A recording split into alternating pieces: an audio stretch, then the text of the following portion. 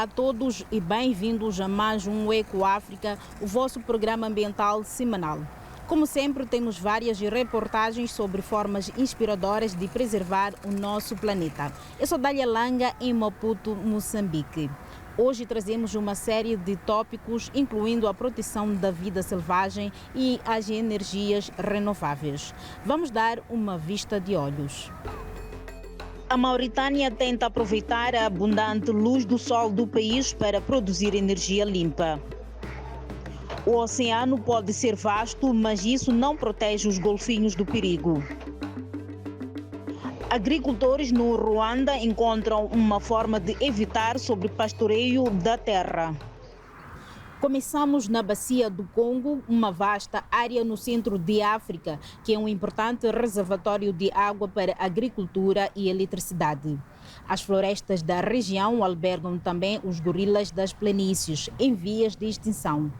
Estes primatas têm um papel fundamental no ecossistema, espalhando sementes de plantas através dos seus excrementos. Isto ajuda a manter a biodiversidade e assegura a sobrevivência da floresta tropical. Mas doenças como o ébola e a Covid-19 ameaçam a sua existência.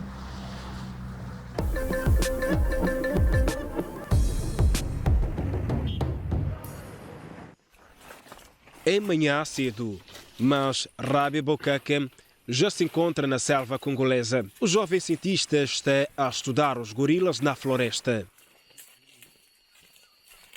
Após uma caminhada de 1 hora, vê um grupo. Ele está aqui para estudar o seu comportamento, mas mantém uma distância de pelo menos 25 metros. A máscara é para evitar qualquer contaminação por via aérea. É importante proteger os gorilas contra o coronavírus. Sabemos que quando a doença migra dos humanos para os animais e depois possivelmente de volta para os humanos, torna-se muito complicada.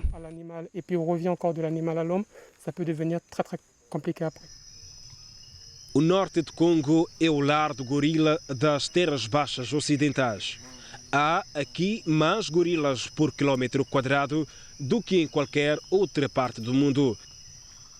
Mas até que ponto é a Covid-19 uma ameaça? Rabi Bokake e os colegas cientistas dizem que é demasiado cedo para dizer. A equipa juntou-se a Madalena Bermejo, uma das principais primatologistas mundiais. Depois de um gorila prateado ter adoecido gravemente com o Covid-19, todos foram vacinados. Madalena Bermejo viu como quase 5.000 gorilas morreram de ébola nos anos 2000. Estávamos a seguir 7 grupos diferentes e vimos como morreram durante 2 meses. Começamos com um grupo de 15, seguimos-los até haver apenas um. O ébola foi provavelmente transmitido aos gorilas pelos morcegos. Rabi e outros estudantes da Universidade de Brazzaville estão também a estudar a população de morcegos da zona. É importante seguir os agentes patogênicos dos morcegos, porque existe uma comunidade local que os come e sabemos que as doenças podem ser transferidas para os humanos. Precisamos de conhecer e evitar estes agentes. Também ser capazes de projetar que doenças poderão ocorrer, o próximo coronavírus. Em Brazzaville, capital do Congo, há uma série de mercados de carne de animais selvagens. Estes podem ser locais de reprodução de doenças. A venda de espécies ameaçadas, como gorilas e chimpanzés, é ilegal, mas quase não existe fiscalização. Rabi Bokake diz que os locais consomem ou vendem carne de animais selvagens para ganhar a vida, mas opõem-se aos mercados.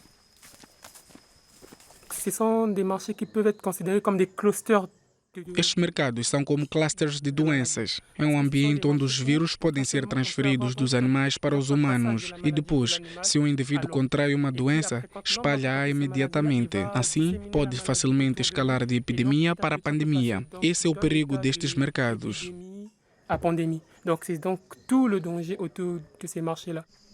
Para evitar futuros surtos de doença entre os gorilas, os cientistas aumentaram a vigilância, verificando regularmente os animais. A base é o núcleo da Companhia de Conservação do Congo. Procura financiar a investigação através do ecoturismo. Isso cria empregos para a comunidade, encorajando a população local a envolver-se na conservação.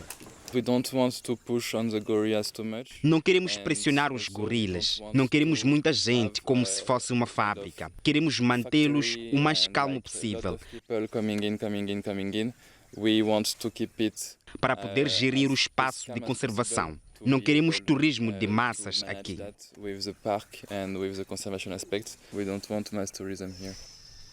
A Bacia do Congo é a segunda maior floresta tropical do mundo, o pulmão africano da Terra.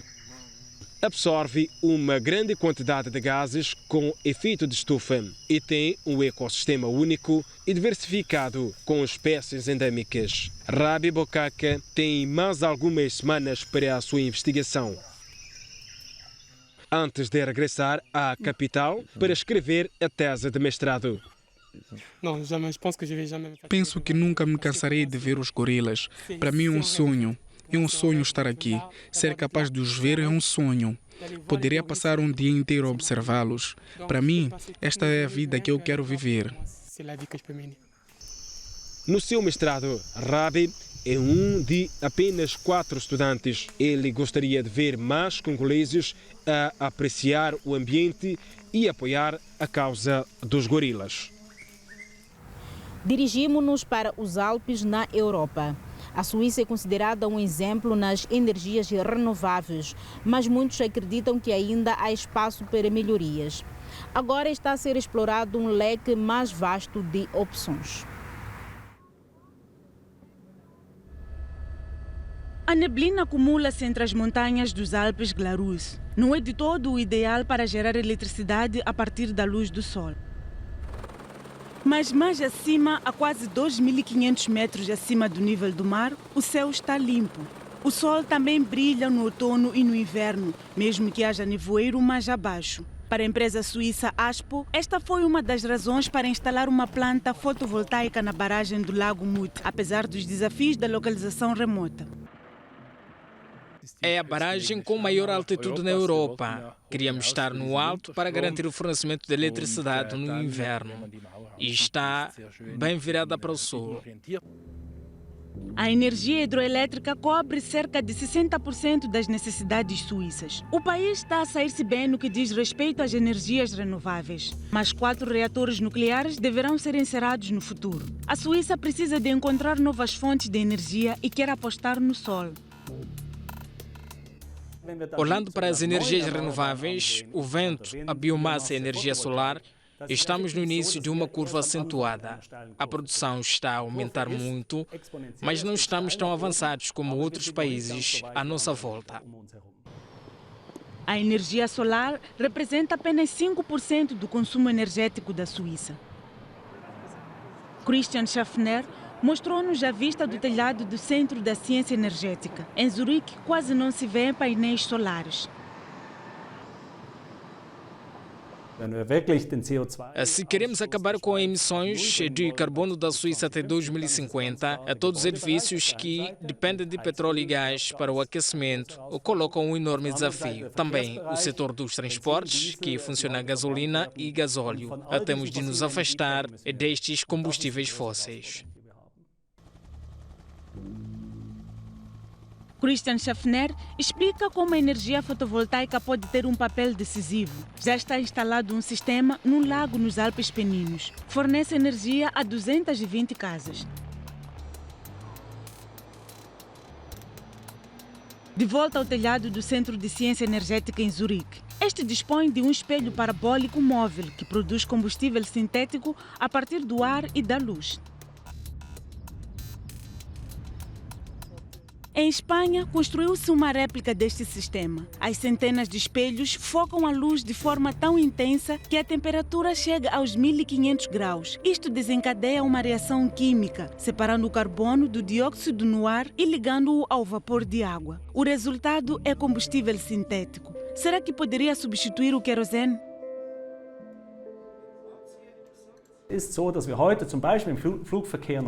Ainda não temos uma boa solução para o uso no tráfego aéreo. Requer mais investigação. Podemos produzir este combustível sintético em pequenas quantidades, mas ainda é cedo para dizer se alguma vez o conseguiremos fazer em larga escala, se é viável do ponto de vista técnico e econômico.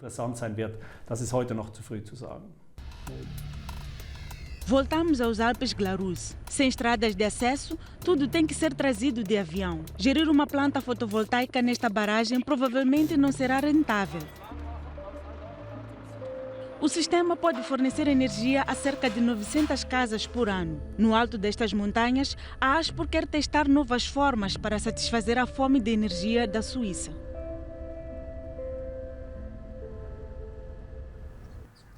Produzir energia de forma compatível com as condições locais faz muito sentido. Nas regiões costeiras, as marés são uma fonte de energia fiável. Perto do Equador, é o sol. A Mauritânia é o 11º país de África, mas menos de 1% é adequado para o cultivo. Mas, graças à tecnologia, o país tem algo que pode colher em abundância.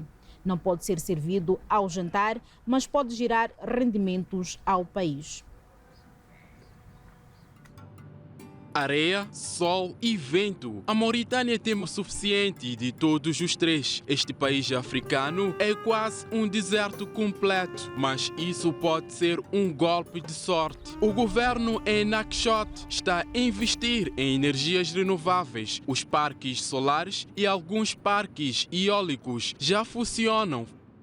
A nossa produção anual de eletricidade estimada é de cerca de 115 gigawatts por hora. Produzimos essa quantidade, embora a produção varie. Os meses mais favoráveis são abril e maio, quando geramos até 13 gigawatts por hora. Há meses menos favoráveis, em que são aproximadamente 5 a 6 gigawatts por hora. A energia é transmitida para a central de Arafat, de onde é distribuída pelos bairros da capital.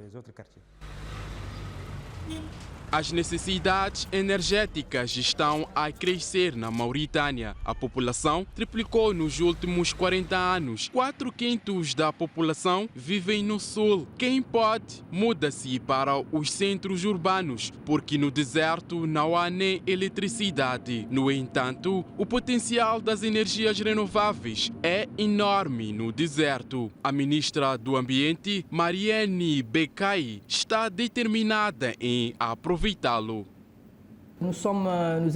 Em 2018, as energias renováveis representavam 38% do cabaz energético e tencionamos aumentá-lo para 50% até 2030.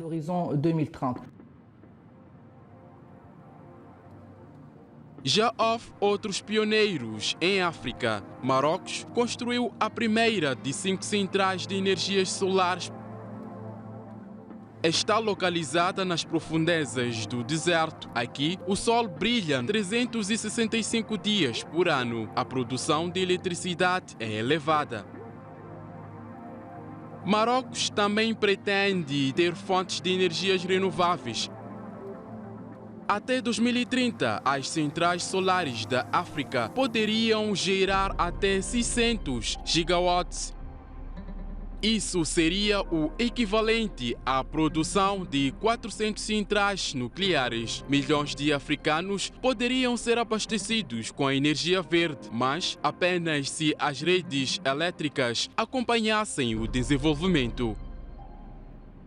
O Ministério da Energia pilota atualmente um importante projeto de desenvolvimento. O Ministério da Energia está a pilotar um projeto importante para desenvolver o hidrogênio verde. O Presidente da República anunciou na Cimeira Climática da COP26. Também se concentrou nos mais vulneráveis do setor às alterações climáticas.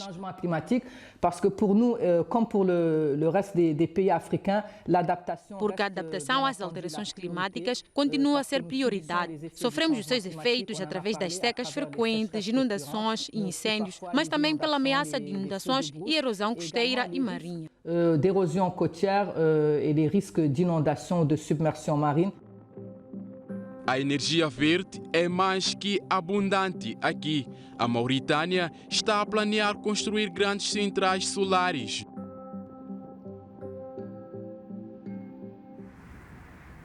Desde a costa ocidental de África, atravessamos o continente até a costa oriental.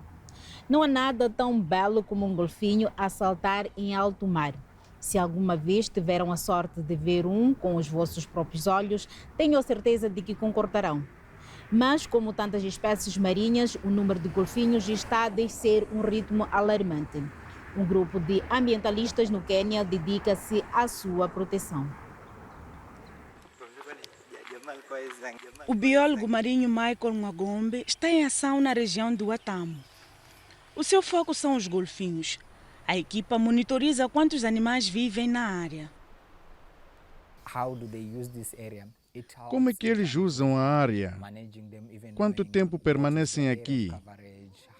Saber este tipo de coisas melhora a compreensão destes animais e a forma como os podemos proteger.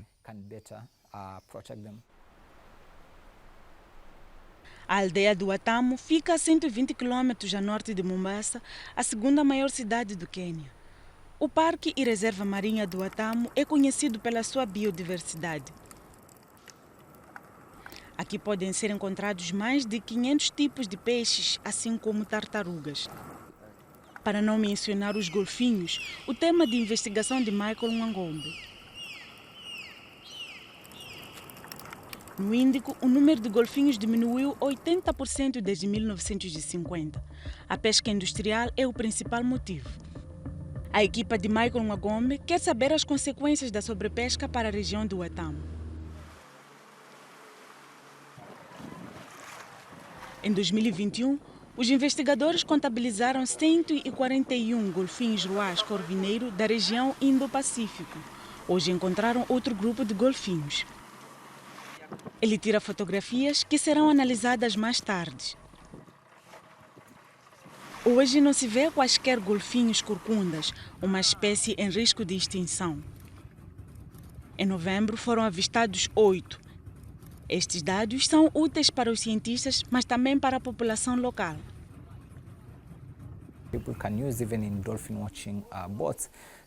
As pessoas podem utilizar barcos de observação de golfinhos. Assim, em vez de se limitarem a fazer um passeio e ver golfinhos, sabem que podem sair num passeio e alguém vos diz o número de animais que estão a ver.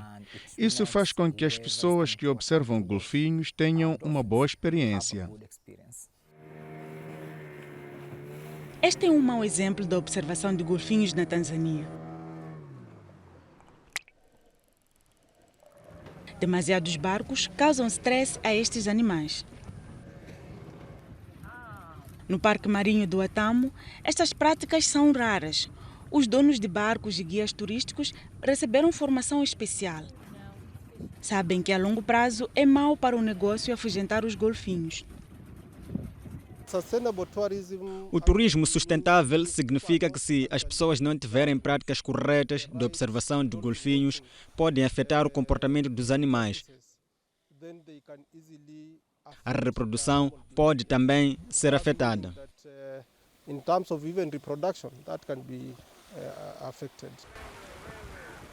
Alguns chegam mesmo a pescar golfinhos, embora seja ilegal. Pescar também pode esgotar a sua fonte de alimento. Se houver pesca ilegal, isso significa que haverá competição pelo alimento. Assim, afeta os padrões de alimentação dos animais.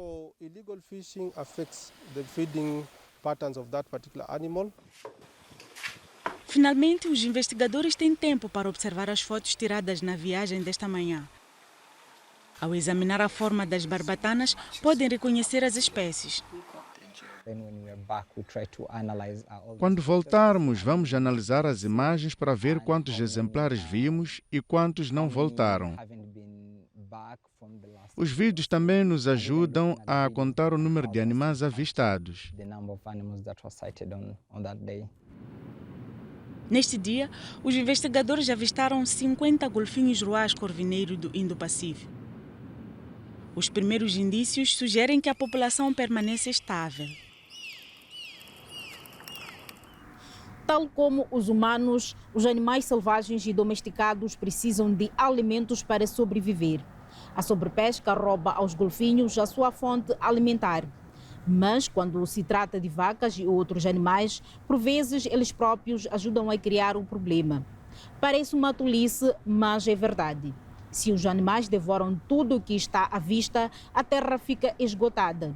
Com isso em mente, uma comunidade no Ruanda está a tomar medidas para manter tanto a terra como os seus animais saudáveis e produtivos. Cortar erva para as vacas. No Ruanda, é costume deixar o gado pastar ao ar livre. Mas Revilhan Ugwezi tem as suas vacas no estábulo. Todos os dias, ele e a sua mulher preparam pelo menos 100 quilos de foragem só para as suas 3 vacas. Mas tem também ovelhas e porcos. Manter o gado aqui é uma medida que temos de cumprir.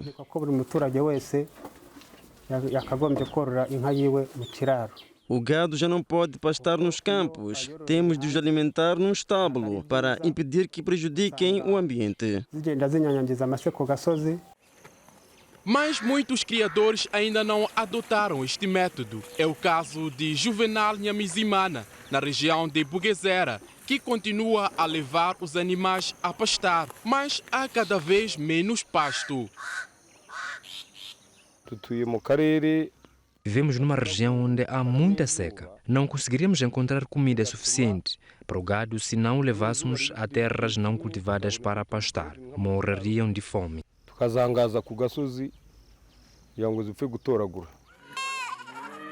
A erosão é um problema crescente, um ciclo vicioso. Mas esse não é o único motivo pelo qual o Ruanda quer fazer política de pastagem zero, uma lei. O Ruanda é um país com uma alta densidade populacional.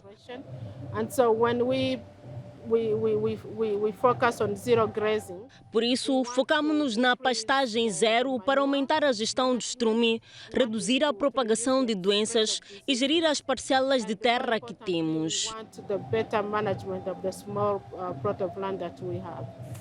Para ajudar os agricultores a ajustarem-se ao novo método, o Conselho de Agricultura dá formação. São geridos pela iniciativa governamental Geren Kirika. Os criadores aprendem quais são as ervas mais nutritivas, como o capim de Rhodes. Armazenado em caixotes, dura 3 anos. Outra opção é o capim-elefante, que pode ser armazenado no solo. Acabamos de comprimir a forragem e cobrimos a última parte com lona. Assim, o solo fica coberto e criamos regos para evitar que a água entre na erva. O capim-elefante também pode ser conservado por quase 3 anos. Assim, os criadores conseguem alimentar o gado nas épocas secas. Agora sei como me adaptar a quaisquer mudanças no clima. Serei capaz de alimentar o meu gado e não tenho de me preocupar mais. Revilhan Ugwezi tem o seu gado no estábulo há mais de 2 anos. Implica mais trabalho, fornecer alimento e limpar. Mas o curso também lhes ensinou como reciclar o estrume. É outro ponto-chave do projeto.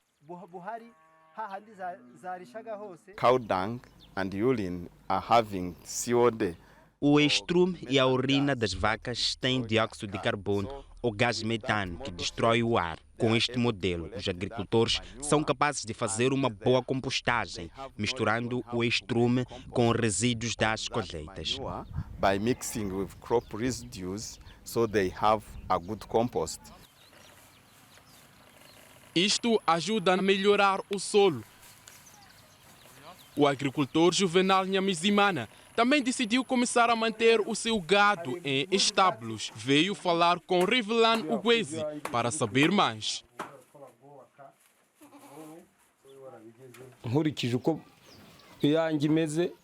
Este projeto ensinou-me que é possível ter gado num estábulo e ele estar melhor que o meu, que pasta nos campos.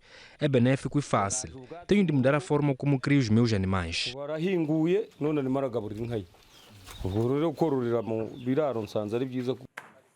O gado é fundamental para os criadores desta região. O projeto está agora a ensinar-lhes a gerir os seus animais de uma forma menos prejudicial para o ambiente. Chegamos ao fim desta edição do Ecoáfrica. Se gostaram das histórias de hoje, escrevam-nos e contem-nos. E para todos os telespectadores, se quiserem saber mais sobre questões ecológicas, sigam-nos nas redes sociais. Por agora, eu, Dália Langa, despeço-me a partir de Maputo, Moçambique.